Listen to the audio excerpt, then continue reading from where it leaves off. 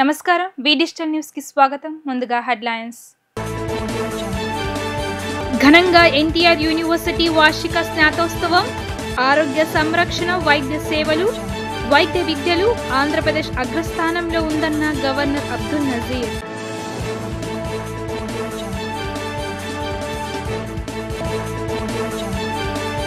రాష్ట్ర ప్రణాళిక శాఖ అధికారులతో ముఖ్యమంత్రి చంద్రబాబు సమీక్ష, వృద్ధి లక్ష్యాలను ఎప్పటికప్పుడు అంచనా వేసుకోవాలని సూచించిన చంద్రబాబు.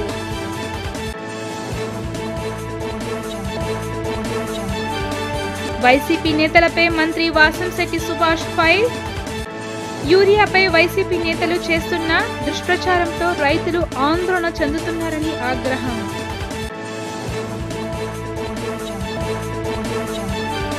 ఇక డీటెయిల్స్ చూస్తే, ఆరోగ్య సంరక్షణ, వైద్య సేవలు, వైద్య విద్యలో ఆంధ్రప్రదేశ్ అగ్రస్థానంలో ఉందని గవర్నర్ అబ్దుల్ నజీర్ కితాబిచ్చారు. దేశంలోని మిగిలిన ప్రాంతాలతోనూ దక్షిణ భారతంతో పోలిస్తే మన రాష్ట్రం వేగంగా పురోగతి సాధిస్తుంది అని అన్నారు. రాష్ట్రంలో ఉన్న 34 వైద్య కళాశాలతో పాటు వైద్య, ఆరోగ్య శాఖలోని వివిధ విభాగాల్లో ఖాళీలను భర్తీ చేయడానికి కూడా చర్యలు తీసుకున్నామని వివరించారు. వైద్య విద్యలో ప్రవేశించాక విద్యార్థులంతా కృషి, నిబద్ధత, నిజాయితీతో తమను తాము అంకితం చేసుకోవాలని ఆయన పిలుపునిచ్చారు. Doctor NTR university of health sciences chancellor Abdul Nazeer Tummalapalli కళాక్షేత్రంలో జరిగిన వర్సిటీ 27వ, 28వ వార్షిక స్నాతకోత్సవానికి అధ్యక్షత వహించారు. ఈ సందర్భంగా స్నాతకోత్సవ ప్రసంగం చేస్తూ ఆరోగ్య సంరక్షణ సేవలు, వైద్య విద్యలో మన రాష్ట్రం ముందంజలో ఉందన్నారు.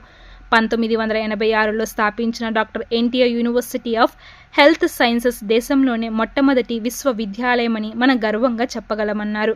అల్లూరి సీతారామరాజు జిల్లాలోని పాడేరు గిరిజన ప్రాంతంలో ఒక కొత్త వైద్య కళాశాల పనిచేయడం ప్రారంభించింది అన్నారు.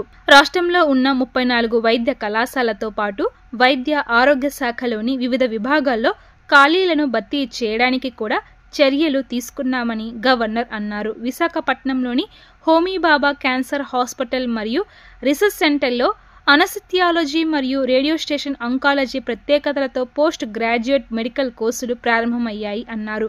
వైద్య విద్యలో ప్రవేశించడం కష్టతరమైన సవాళ్లతో కూడిన రంగమని, వైద్య విద్యలో ప్రవేశించాక విద్యార్థులంతా కృషి, నిబద్ధత, నిజాయితీతో తమను తాము అంకితం చేసుకోవాలని గవర్నర్ పిలుపునిచ్చారు. వారికి సమాజం పట్ల నమ్మకమైన విధి బాధ్యత ఉందని, కొన్నిసార్లు వారు చాలా బాధలను భరించవలసి రావచ్చని, కొన్నిసార్లు వారు తమ వ్యక్తిగత ప్రయోజనాలను త్యాగం చేయవలసి రావచ్చన్నారు.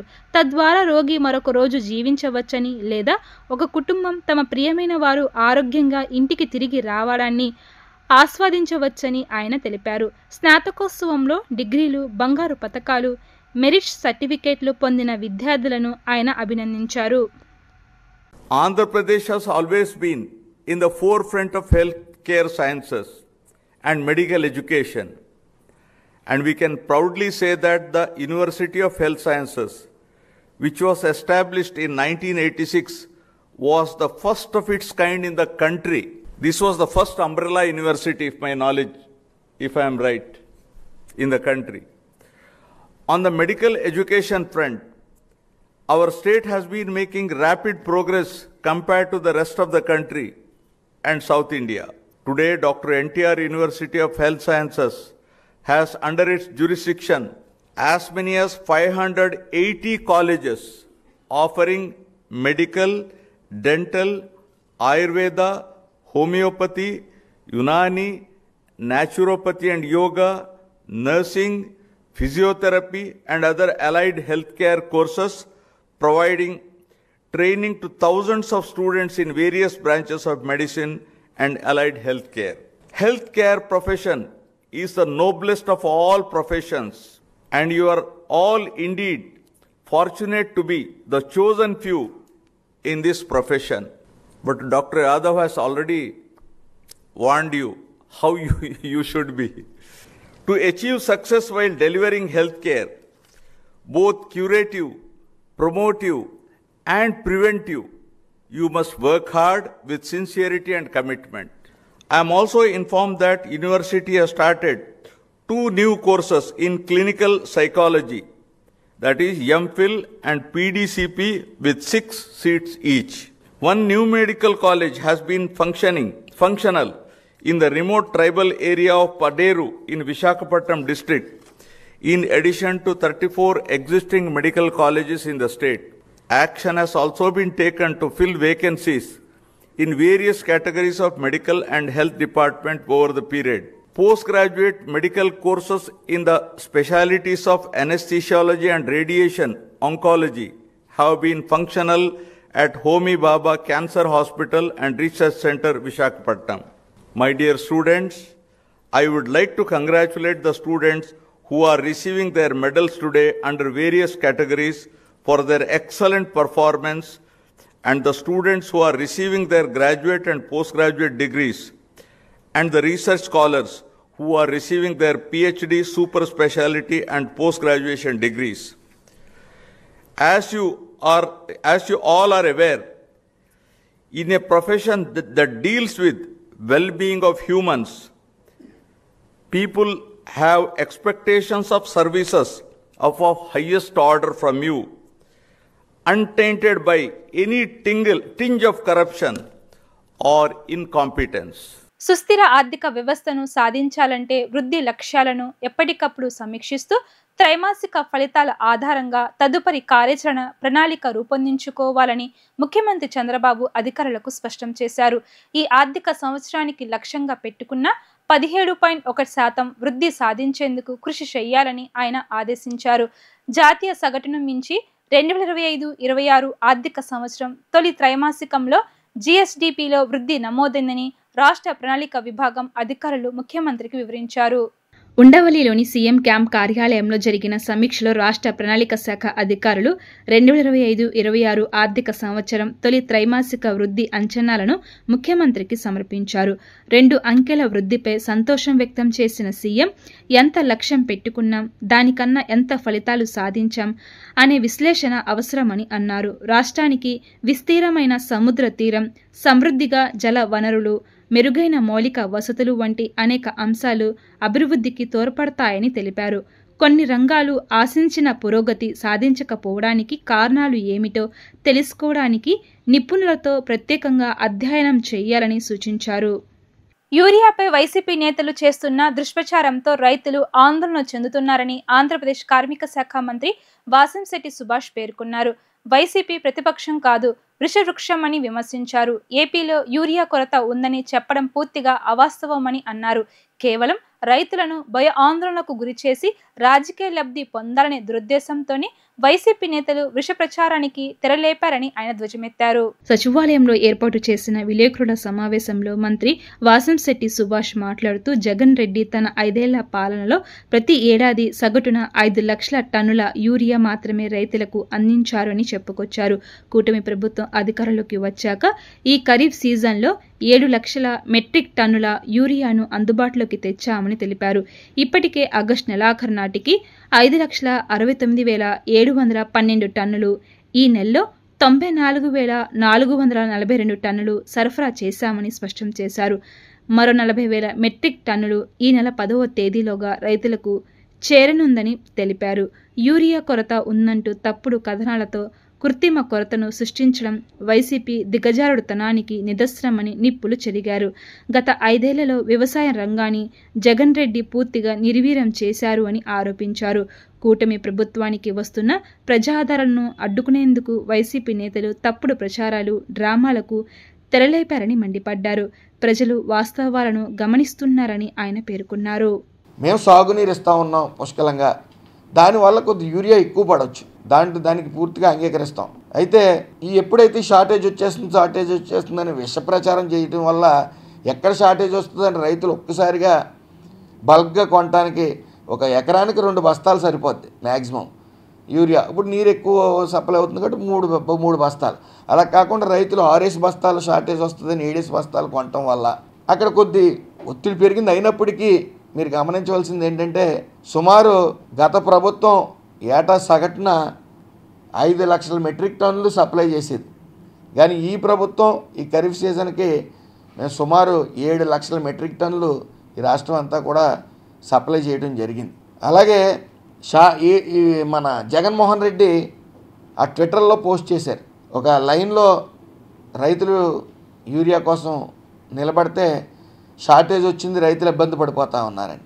అంటే ఆయన ఉద్దేశం ఏంటంటే బలం ఉన్నవాళ్ళు ముందుకు వెళ్ళిపోవాలి, కొట్టేసుకోవాలి, అక్కడ ఎవరికి అందిని యూరియా బస్తాలు తెచ్చేసుకోవాలనేది అతని ఉద్దేశం. ఇప్పుడు ఈ రోజున ఎక్కడైనా సరే ఒక రైల్వే కౌంటర్లో కానీ బస్సు కౌంటర్లో కానీ ఎక్కడైనా సరే లైన్లో నుంచి మనం తెచ్చుకునే ఆచారం ఉంది. అది కూడా తప్పు కింద మరి ఆయన చేస్తున్నాడంటే ఈ రోజున సిగ్గుపడే విషయం. అలాగే సుమారు ఆగస్టు నెలాఖరికి 5,69,712 మెట్రిక్ టన్నులు యూరియా సప్లై చేయడం జరిగింది. అలాగే ఈ నెలలోనే సుమారు 94,482 మెట్రిక్ టన్నులు ఇవ్వడం జరిగింది. అదేవిధంగా 11వ తారీఖు లోపు సుమారు 40,000 మెట్రిక్ టన్నులు ఇవ్వడానికి మేము సిద్ధంగా ఉన్నాం. ఎక్కడ షార్టేజ్ లేదు, కేవలం విష ప్రచారమే ఇక్కడ జరుగుతూ ఉంది. వాళ్ళు ఏదైతే సూపర్ 6 అమలు కాదు, ఇది అనితర సాధ్యం అని చెప్పి వాళ్ళు విష ప్రచారం అలాగే ఎగతాళి చేయడం మనం చూసాం. అయితే రాష్ట్ర ఆర్థిక అభివృద్ధిని సర్వనాశనం చేసాం, ఇంకెట్టి పరిస్థితుల్లో వీళ్ళు సంక్షేమ పథకాలను ఇవ్వలేరు, అభివృద్ధి అనేది చేయలేరనే ధీమాతో ఉండేవారు. కానీ విజనరీ ఉన్న నాయకుడు నారా చంద్రబాబు నాయుడు గారు ఇక్కడ పెట్టుబడులు పెట్టడానికి ఈ రాష్ట్రం అంత కరెక్ట్ కాదని చెబుదామనే ముఖ్యోద్దేశంతో ఈ అలరలు సృష్టించాలని, కులాల మధ్య అలరలు సృష్టించాలని కానీ రైతుల మధ్య లేనిపోని అపోహలు సృష్టించి అక్కడ ఏదో అలర చేద్దామని ఏదో వాళ్ళు ప్రయత్నిస్తూ ఉన్నారు. ఏదేమన్నప్పటికీ విజనరీ ఉన్న నాయకుడు నారా చంద్రబాబు నాయుడు గారు, పవన్ కళ్యాణ్ గారు, లోకేష్ గారి కలయికలో పెట్టుబడులు వెల్లువలా వస్తూ ఉన్నాయి. ప్రజలు ఈ వైసీపీ గాలి మాటలు నమ్మి ఎవరు మోసపోవద్దని చెప్పి విన్నవించుకుంటా ఉన్నాం. అందరికీ నమస్కారం. శాఖలన్నీ సమన్వయంతో పనిచేయాలని నగరపాలక సంస్థ కమిషనర్ ధ్యాన్ చంద్ర అన్నారు. నగరంలో నూతన పార్కులను అభివృద్ధి చేయాలని, ఉద్యానవన విభాగం, ఇంజనీరింగ్ విభాగం సమన్వయంతో పనిచేయాలని అన్నారు. స్ట్రీట్ వండర్ల జోనింగ్ ప్రజాప్రతినిధుల అభిప్రాయాలు తెలుసుకుని వారి సమన్వయంతో చేయాలని అధికారులను ఆదేశించారు. ప్రధాన కార్యాలయంలో గల తమ ఛాంబర్లో శాఖాధిపతులతో సమీక్ష సమావేశం నిర్వహించారు. ఈ సమావేశంలో శాఖాధిపతులందరూ సమన్వయంతో పని చేయాలని అన్నారు. ఇంజనీరింగ్ అధికారులు వర్క్స్ డివిజన్, ప్రాజెక్ట్స్ డివిజన్ సమన్వయం చేసుకుని పనుల్లో జాప్యం లేకుండా పని చేయాలి అన్నారు. కొండ ప్రాంతాల్లో త్రాగునీటి సరఫరా సంతృప్తికరంగా లేదన్నారు. దానికి ఒక పరిష్కారాన్ని తీసుకురావాలని ఇంజనీరింగ్ అధికారులను ఆదేశించారు. నగరంలోని మరుగుదొడ్లన్నీ పరిశుభ్రంగా ఉండాలన్నారు. ముఖ్య ప్రదేశాల్లో మరుగుదొడ్లతో పాటు స్నానపు గదులు కూడా ఉండేటట్లు చూసుకోవాలన్నారు. నగరపాలక సంస్థ ఆస్తుల అన్నింటిలో ఎటువంటి మరమ్మతులు ఉండరాదని, కళ్యాణ మండపాలు, కమ్యూనిటీ హాళ్లు, కర్మల భవనాలు పూర్తి స్థాయిలో అందుబాటులో ఉంచాలని అన్నారు. నగరంలో దోమలు లేకుండా నివారణ చర్యలు ఖచ్చితంగా తీసుకునేటట్లు చర్యలు తీసుకోవాలని ప్రజా ఆరోగ్యం అధికారులను ఆదేశించారు. అనధికార బ్యానర్లు ఎక్కడ ఉండకుండా చర్యలు తీసుకోవాలని పట్టణ ప్రణాళిక విభాగాన్ని ఆదేశించారు. ప్రభుత్వ మెడికల్ కళాశాలను ప్రభుత్వం పబ్లిక్ ప్రైవేట్ పార్ట్నర్షిప్ పద్ధతిలో నిర్మించాలని తీసుకున్న నిర్ణయాన్ని పూర్తిగా వ్యతిరేకిస్తున్నామని మాజీ ఎమ్మెల్సీ కెఎస్ లక్ష్మణరావు స్పష్టం చేశారు. మెడికల్ సీట్లు ప్రైవేట్ చేతుల్లోకి వెళితే సామాన్య కుటుంబాల పిల్లలకు వైద్య విద్య దూరమవుతుందని అన్నారు. విద్యా ఆరోగ్య రంగాలు పూర్తిగా ప్రభుత్వ ఆధ్వర్యంలోనే ఉండాలని పేర్కొన్నారు. విజయవాడ బాలస్తో భవన్లో ఎస్ఎఫ్ఐ ఆధ్వర్యంలో ప్రభుత్వ మెడికల్ కళాశాల ప్రైవేటీకరణపై రౌండ్ టేబుల్ సమావేశం నిర్వహించారు. ఈ కార్యక్రమంలో మాజీ ఎమ్మెల్సీ కెఎస్ లక్ష్మణరావుతో పాటు విద్యార్థి, యువజన సంఘాలు, ప్రజా సంఘాలు, ట్యాక్స్ పేయర్స్ అసోసియేషన్ ప్రతినిధులు పాల్గొన్నారు. సమావేశంలో లక్ష్మణరావు మాట్లాడుతూ రాష్ట్ర కేబినెట్ ఇటీవల 10 ప్రభుత్వ మెడికల్ కళాశాలను పబ్లిక్ ప్రైవేట్ పార్ట్నర్షిప్ పద్ధతిలో నిర్మించాలి అని తీసుకున్న నిర్ణయాన్ని పూర్తిగా వ్యతిరేకిస్తున్నామని అన్నారు. ఈ నిర్ణయం పేద, వెనుకబడిన వర్గాల విద్యార్థులపై తీవ్ర ప్రభావం చూపుతుందని ఆందోళన వ్యక్తం చేశారు. మెడికల్ సీట్లు ప్రైవేట్ చేతుల్లోకి వెళితే సామాన్య కుటుంబాల పిల్లలకు వైద్య విద్య దూరమవుతుందని అన్నారు. అలాగే ప్రభుత్వ రంగంలో కళాశాలలు నిర్మిస్తే వాటికి అనుబంధంగా పెద్ద ప్రభుత్వ ఆసుపత్రులు వస్తాయని, అవి వేలాది మంది రోగులకు వైద్యం అందించగలమని చెప్పారు. ప్రభుత్వ రంగంలో మెడికల్ కాలేజ్ నిర్మాణం జరిగితే ఆసుపత్రి కూడా నిర్మాణం జరిగి వేలాది మంది పేషెంట్లకు రావడానికి అవకాశం ఉంటుందని, ఇందుకు విజయవాడ, గుంటూరు ఎయిమ్స్ కళాశాలే ఉదాహరణ అని అన్నారు. విద్య, ఆరోగ్య రంగాలు పూర్తిగా ప్రభుత్వ ఆధ్వర్యంలోనే ఉండాలని, ప్రజా ప్రయోజనాలను కాపాడేందుకు రౌండ్ టేబుల్ సమావేశంలో తీర్మానాలు చేశారని, ఇందుకు సంపూర్ణ మద్దతు ఇస్తున్నామని లక్ష్మణరావు పేర్కొన్నారు.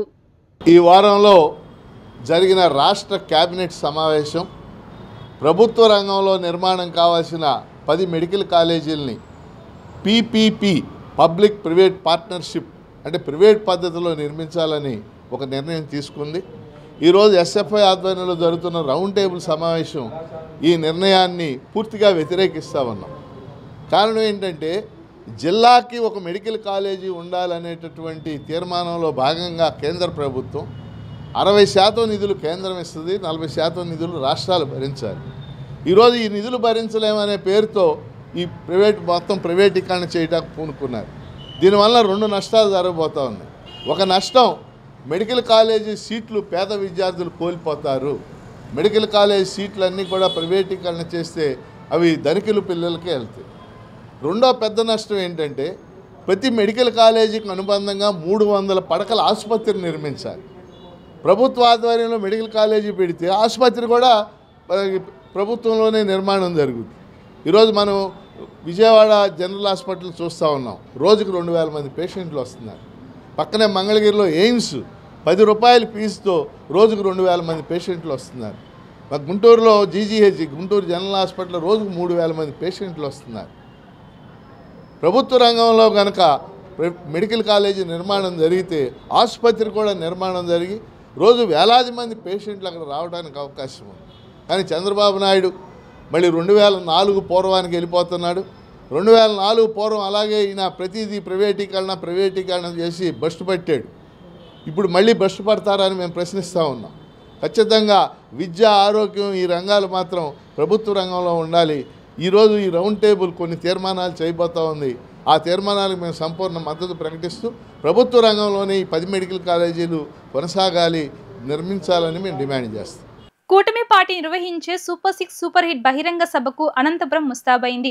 బస్సు, కారు, ఆటో ఇలా దొరికిన ప్రతి వాహనం అనంతపురానికి ప్రయాణమైంది. రాష్ట్ర నలుమూల నుంచి లక్షలాది మంది ప్రజలు హాజరవుతారనే అంచనాతో భోజనాల నుంచి భద్రత వరకు విస్తృత ఏర్పాట్లు చేశారు. కలిసి వచ్చాం, కలిసి గెలిచాం, కలిసి పనిచేస్తున్నాం, భవిష్యత్తులోనూ కలిసే ఉంటాం అనే నినాదాన్ని ఈ వేదిక ద్వారా మరింత బలపరచనున్నారు.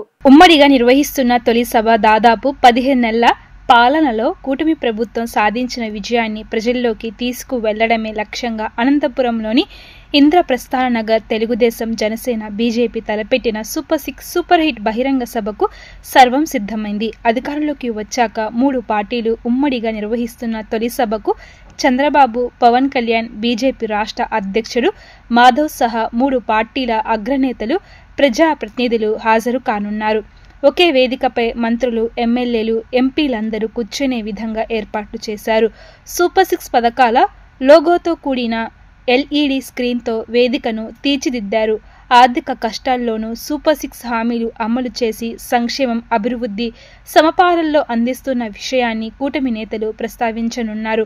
సూపర్ 6 పథకాల ద్వారా ఇప్పటికే దాదాపు 1,00,000 కోట్ల రూపాయలకు పైగా సంక్షేమం, అభివృద్ధి ప్రజలకు చేరిందని, అమరావతి, పోలవరం, పోర్టులు, విమానాశ్రయాలు, ఇతర అభివృద్ధి ప్రాజెక్టులు జెట్ స్పీడ్లో జరుగుతున్న విషయాన్ని అగ్రనేతలు వివరిస్తారు అని నేతలు తెలిపారు. వైఎస్ జగన్మోహన్ రెడ్డి నేతృత్వంలోని వైఎస్ఆర్ కాంగ్రెస్ పార్టీని పొలిట్ బ్యూరో సభ్యులు వర్ల రామయ్య తీవ్రంగా విమర్శించారు.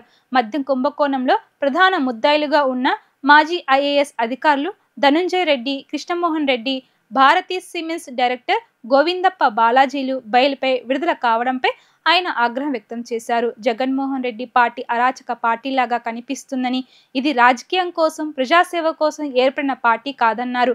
అవినీతి సొమ్మును దాచుకోవడం కోసం, ప్రభుత్వ వ్యవస్థలను వాడుకోవడం కోసమే రాజకీయ పార్టీ పెట్టారన్నారు. YSR Congress party led by mister Jaganmohan Reddy ఇది ఒక అరాచక పార్టీ లాగా కనపడుతూ ఉన్నది. ఇది రాజకీయం కోసం, ప్రజాసేవ కోసం ఏర్పడిన పార్టీ కాదు. ఒక అసాంఘిక శక్తులకి అడ్డ తాము సంపాదించిన అవినీతి సొమ్మును దాచుకోవటం కోసం, ప్రభుత్వం నుంచి రక్షణ పొందటం కోసం, ప్రభుత్వ వ్యవస్థలను వాడుకోవటం కోసం రాజకీయ పార్టీ పెట్టారు తప్పితే జగన్మోహన్ రెడ్డి గారు ఈ వైకాపా పార్టీ పెట్టింది ప్రజాసేవ కోసం కాదు అని ఢంకా బజాయించి చెప్పగలను నేను. లేకపోతే ఈ అరాచకం ఏంటండి? మద్యం కుంభకోణం కేసు దర్యాప్తు చేస్తున్నారు సిట్. వాళ్ళు ఒక ప్రిలిమినరీ ఛార్జ్ షీట్ వేశారు. 3,500 కోట్ల రూపాయలు ప్రజాస్వామ్యం కొట్టేశారు వీళ్ళు. అది రాష్ట్ర ప్రజా ఉపయోగానికి ఉపయోగపడే డబ్బు అని స్పష్టంగా వాళ్ళు చెబుతూ ఉన్నారు. ఎవరెవరు కొట్టేశారు ఆధారాలతో సహా కోర్టుకు చూపిస్తూ ఉన్నారు. ఇంకా దర్యాప్తు కొనసాగుతుంది. ఇంకా కొంతమంది పెద్ద పెద్ద బడా తలలు ఇంకా ఇందులో ఉన్నాయి. ఆ బడా తలలు కూడా అరెస్ట్ అయ్యే అవకాశం ఉందని చెబుతూ ఉన్నారు. దర్యాప్తు still it is under investigation జరుగుతూ ఉన్నది. ఈ నేపథ్యంలో ఈ కేసులో కొంతమందిని అరెస్ట్ చేశారు. They are in judicial custody. నిన్న 3 బెయిల్ వచ్చింది. అందులో మాజీ ఐఏఎస్ ఆఫీసర్ ధనుంజయ రెడ్డి గారు, ఇంకో మాజీ ఐఏఎస్ ఆఫీసర్ కృష్ణమోహన్ రెడ్డి గారు, ఒక భారతీ సిమెంట్స్లో ఒక డైరెక్టర్ గోవిందప్ప బాలాజీ గారు, వీళ్ళ 3 కూడా అరెస్ట్ అయ్యారు. They have played an important role.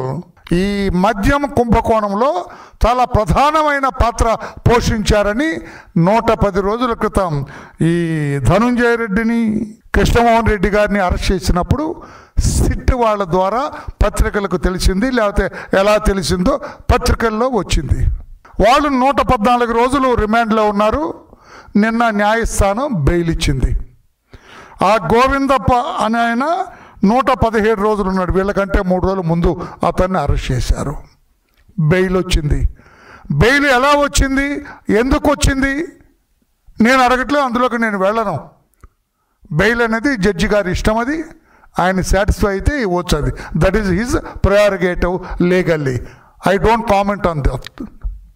కొంతమంది మా వాళ్ళు అంటున్నారు 100 రూపాయల సారా మద్యం కుంభకోణంలో ఆనాటి ఢిల్లీ ముఖ్యమంత్రి కేజ్రీవాల్ గారు 160 రోజులు జైల్లో ఉన్నారు. 160 రోజుల తర్వాత బెయిల్ వచ్చింది. మరి ఇక్కడ ధనుంజయ రెడ్డి గారు ఒక ఐఏఎస్ ఆఫీసర్ మాజీ, ఆయన ముఖ్యమంత్రి గారు పేషీలో ఉన్నప్పుడు ఈయనే డిఫాక్టో ముఖ్యమంత్రి పాపం అంటే జగన్మోహన్ రెడ్డి ఆట్టే పట్టించుకునేవాళ్ళు కాదు. ఆ ఫైల్స్ ఆయన చదివేవాళ్ళు కాదు. ఇంగ్లీష్లో ఫైల్స్ ఉంటాయి, ఇవన్నీ ఆయన చూసేవాళ్ళు కాదు. అంతా ధనుంజయ రెడ్డి గారే చేసేవాళ్ళు అని చెప్పి నానుడి అందరు ప్రజా వాక్కు అది ఆ రోజున. రాష్ట్ర అభివృద్ధిలో ప్రవాసాంధ్రులు కీలక పాత్ర పోషించాలని సృజనాత్మక ఆలోచనతో తమ స్వగ్రామంలో సూక్ష్మ మధ్య తరహా పరిశ్రమలు ఏర్పాటు చేయాలని ఎన్ఆర్ఐ సాధికారత వ్యవహారాల శాఖ మంత్రి కొండపల్లి శ్రీనివాస్ పిలుపునిచ్చారు. మాతృభూమితో నిరంతరం సంబంధాలను కొనసాగిస్తూ మన సంస్కృతి సాంప్రదాయాలను కాపాడాలన్నారు. స్విట్జర్లాండ్ జూరిచ్లో తెలుగు అసోసియేషన్ ఆఫ్ స్విట్జర్లాండ్ ఆధ్వర్యంలో జరిగిన ఆత్మీయ సమావేశంలో మంత్రి కొండపల్లి శ్రీనివాస్ పాల్గొన్నారు. ఈ సందర్భంగా మంత్రి శ్రీనివాస్ మాట్లాడుతూ రాష్ట్రంలో పెట్టుబడులు పెట్టడం ద్వారా అభివృద్ధిలో భాగస్వాములు కావాలని పిలుపునిచ్చారు. రాష్ట్ర అభివృద్ధిలో ప్రవాసాంధ్రులు కీలక పాత్ర పోషించాలి అని సృజనాత్మక ఆలోచనలతో తమ స్వగ్రామంలో సూక్ష్మ మధ్య తరహా పరిశ్రమలు ఏర్పాటు చేయాలని మంత్రి శ్రీనివాస్ పిలుపునిచ్చారు. మాతృభూమితో నిరంతరం సంబంధాలను కొనసాగిస్తూ మన సంస్కృతి సాంప్రదాయాలను కాపాడాలి అన్నారు. భవిష్యత్తు తరాలకు తెలుగు సాంస్కృతిక వారసత్వాన్ని పరిచయం చేయాలని పేర్కొన్నారు. స్విట్జర్లాండ్ తెలుగు కమ్యూనిటీ సభ్యులు మాట్లాడుతూ రాష్ట్ర సామాజిక ఆర్థిక అభివృద్ధిలో తాము భాగమవుతామని తెలిపారు. వార్తలు ముగించే ముందు హెడ్లైన్స్ మరోసారి. ఘనంగా ఎన్టీఆర్ యూనివర్సిటీ వార్షిక స్నాతోత్సవం, ఆరోగ్య సంరక్షణ, వైద్య సేవలు, వైద్య విద్యలు ఆంధ్రప్రదేశ్ అగ్రస్థానంలో ఉందన్న గవర్నర్ అబ్దుల్ నజీర్.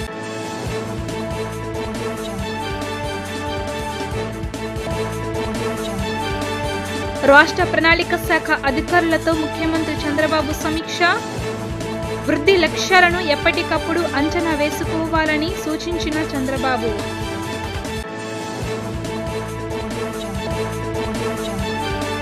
వైసీపీ నేతలపై మంత్రి వాసంశెట్టి సుభాష్ ఫైర్, యూరియాపై వైసీపీ నేతలు చేస్తున్న దుష్ప్రచారంతో రైతులు ఆందోళన చెందుతున్నారని ఆగ్రహం.